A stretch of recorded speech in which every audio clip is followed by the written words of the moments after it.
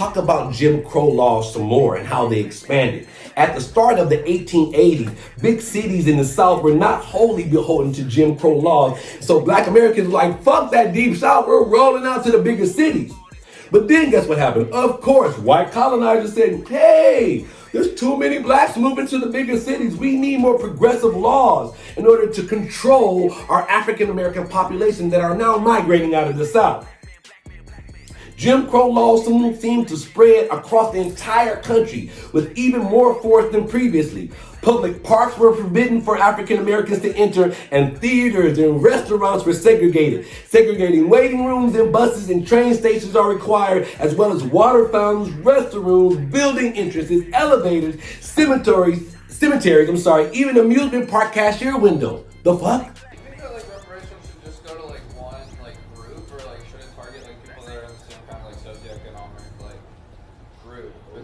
That's an interesting question. What do you mean by that? Well, like, there are like white people that have like been disenfranchised like recently, like recently is the key.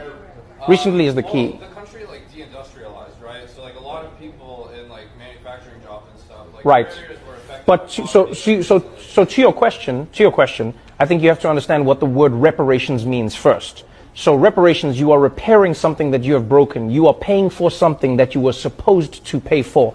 I'm not saying that there aren't people living in America today who are suffering and are going through pain and strife because of what's happening when it comes to, machines taking jobs, factories becoming industrialized, etc. But reparations is a specific conversation about a specific time in America, and that is black people were slaves. You know what I mean? I've even heard people say like, oh, but there were some of the Irish who were indentured. Like, yeah, slavery. Look at the numbers, look at the time, look at the level of work. You could not work toward your freedom. In response to my video calling for reparations for black people, this guy responds, as a child of immigrants, my parents came here with nothing. Now they run a business and own their own home and are supporting us through college. He goes on to call reparations a handout.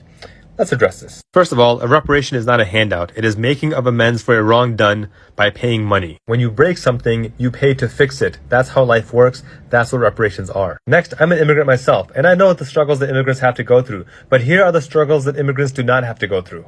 243 years of slavery and genocide. 99 years of Jim Crow, segregation, and economic terrorism. 60 years of mass incarceration, war on drugs, and continued economic terrorism. 4 centuries of injustice don't disappear overnight. And worst of all, as a child of immigrants, you should know that the only reason your family was able to immigrate is because black civil rights leaders demanded immigration reform as part of the Civil Rights Acts. So drop your anti-black racism and show some respect for the people that made your success possible. Class dismissed.